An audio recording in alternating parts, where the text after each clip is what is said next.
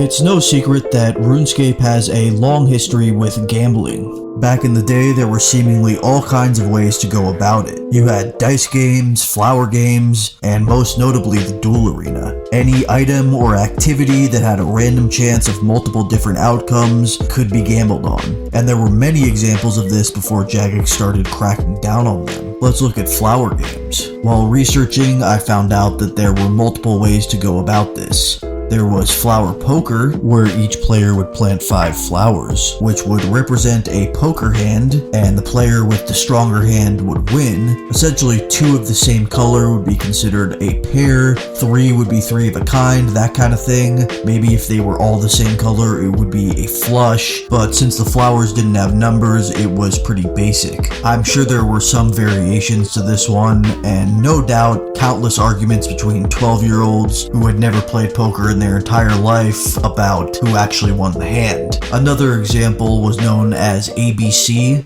This one had players looking at the name of the colored flowers that they had planted and deciding the winner based on which one was closer to the start of the alphabet. For example, black would beat blue, red would beat yellow, that kind of thing. Looking at these games, theoretically they are fair unless the host was charging commission. I'm not sure if this was common back then, but it was a common thing for staking clans to do at the Duel Arena. More likely the disadvantage to the legitimate bettor would come from being scammed or simply betting against someone who had 10 times the bankroll that he did. It's important to note that players and sometimes clans considered themselves gambling hosts, and they would basically be playing the role as the house in casino terms, so oftentimes in these games they would give themselves a bit of a house edge. A flower game that was heavily skewed in favor of the host was known as hot and cold. You were betting if the flower would be a warm color like red, orange, or yellow, or a cool color such as blue, purple, or pastel. The thing was, it was possible for a rainbow flower to spawn, at which point the host would automatically win. This rainbow flower was similar to the zeros in roulette, only a whole lot worse because it would come up 1 in every 7 outcomes on average, as opposed to 1 out of every 19. With this rule set in place, the host had a near 16% advantage, which is greater than the house edge at almost all notable casino games. Obviously, when flower games are around, and like I've mentioned in previous videos, the player base was a lot younger, they were probably not crunching the numbers on this one.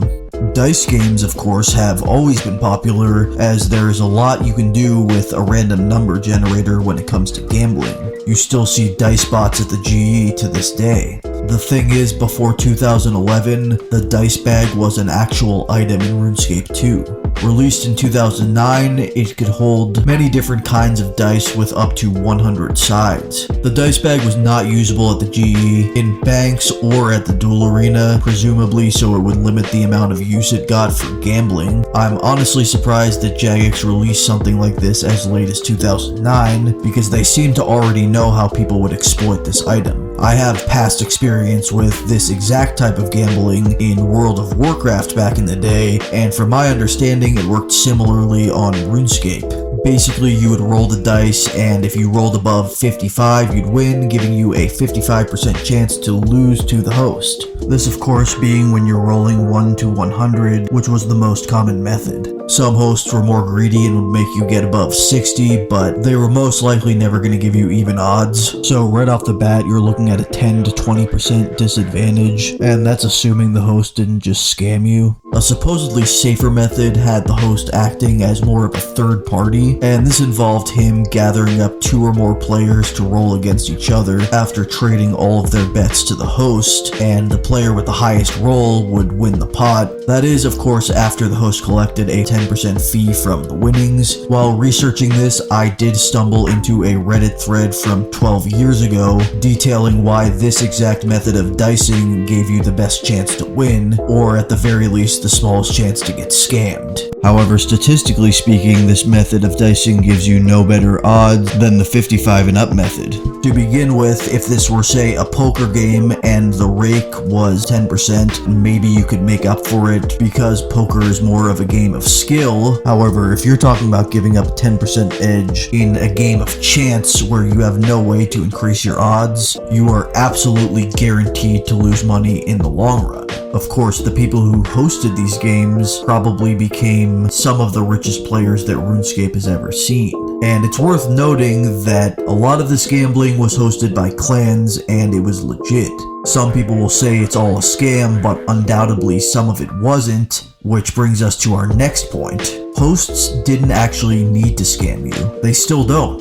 They might get greedy and do it anyway, but simply operating a game where you have a mathematical edge is tremendously profitable, assuming you have the bankroll to withstand variance. This is exactly how casinos work in real life. Patrons will complain relentlessly that the casino cheats, but the fact is they don't need to cheat to make money. They have set up the game so that they will win more than 50% of the time, and players knowingly agree to play it anyway. The same exact logic applies to RuneScape gambling, except the odds are even worse. So many players who lost all their gold dicing might just say that they got scammed, but in reality, they just mathematically were destined to lose in the long term.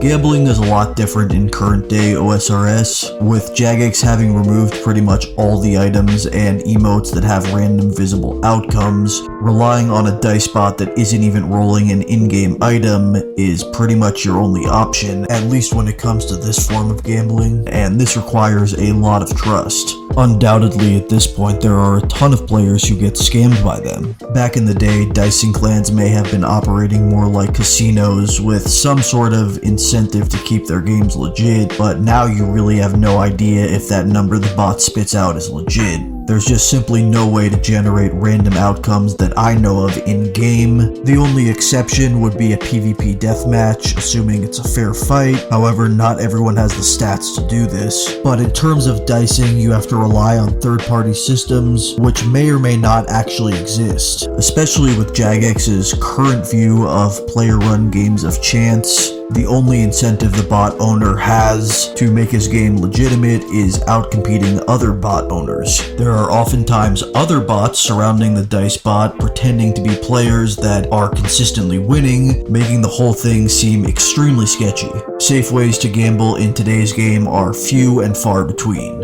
Of course, the most infamous and long-lived form of gambling in RuneScape and OSRS was the Duel Arena, also known as the Sand Casino. This thing was around since 2004 and got removed just last year. I remember losing my 30k cash stack here when I was in middle school, and I was pretty devastated. Originally, I'd imagined that Jagex intended this piece of content to be aimed at people gambling on legitimate PvP battles, which were more tests of skill than games of chance. However, what it evolved into was people mostly just boxing each other on accounts with max melee, usually with a whip, sometimes unarmed. The rule set varied a bit, but they would basically be leaving it up to fate as to who won. The Duel Arena was not a place for PKers, it was only a place for gamblers. There were plenty of scammers here too that would try to sneak items into the duel or screw around with the rules and try to get you that way, but it was also very possible to find a fair fight. I didn't spend too much time here, but when I did pass through, one thing that struck me was how much gold was being thrown around. Granted, it was still when I was kind of a noob, but to me it was insane. You would see people bet over $1 billion on a single duel. You rarely saw anyone betting anything less than 10 mil. Staking clans were a big thing, and some clans would stake people with commission, and I would guess players that couldn't find anyone to take their huge bets would resort to going to these clans. In gambling, that's what happens when you're down a lot of money, and you want to win it all back with one big bet.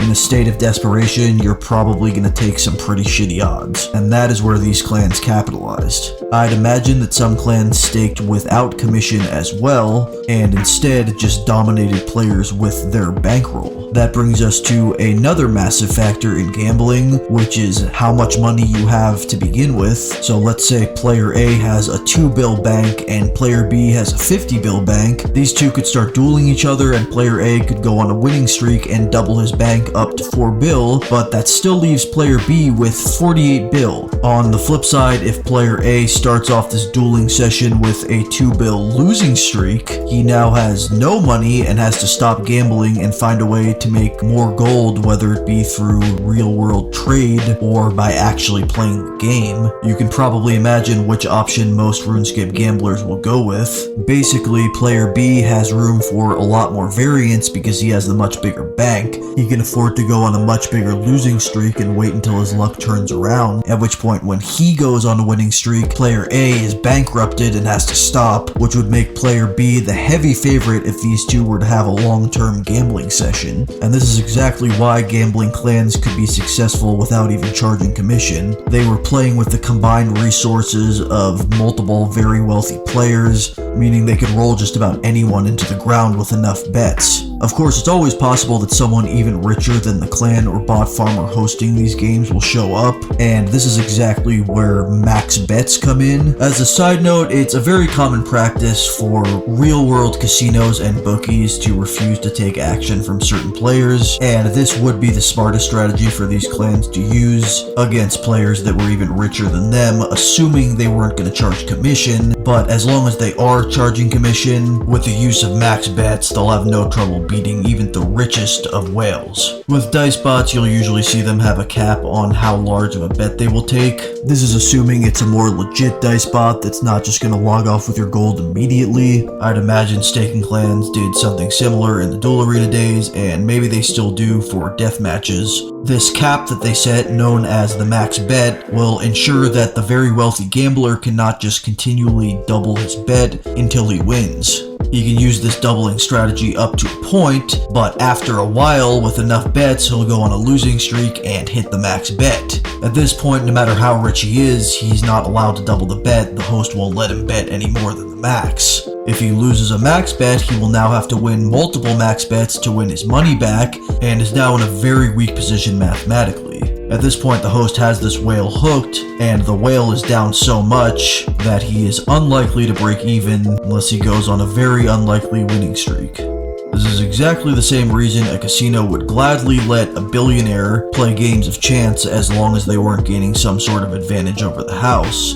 Even if he has more money than the entire casino, the combination of a house edge with betting limits will ensure he cannot properly leverage his wealth. So how has Jagex reacted to all of this? Well, clearly they've cracked down on it and tried to rid the game of gambling entirely. As mentioned before, dice bags were removed completely, flowers were changed so they no longer spawn in random colors, and the list goes on. There were probably a dozen items like this throughout the years that have been either changed or taken out of the game. They even removed the Squeal of Fortune, which was their daily gambling microtransaction system from RS3, where players would spin a wheel that had a chance to give them various items. Of course, if they didn't get their desired item, they could pay real money for extra spins. The 2022 removal of the Duel Arena was the nail in the coffin in terms of gambling that Jagex condoned.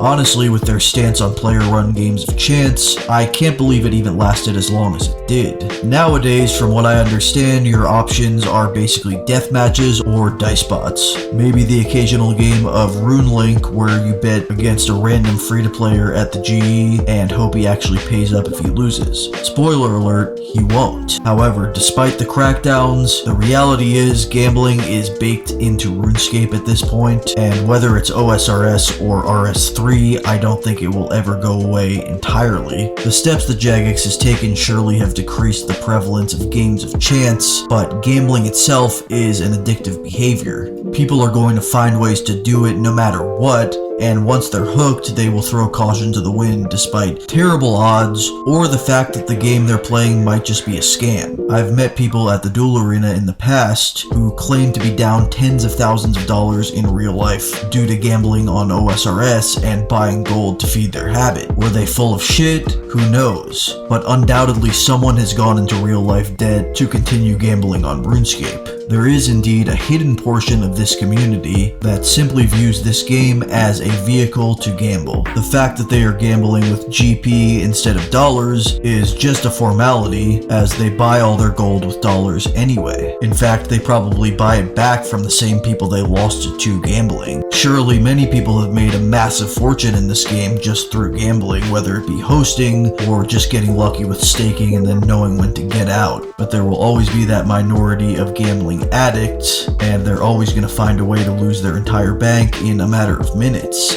Some things never change. Thanks for watching.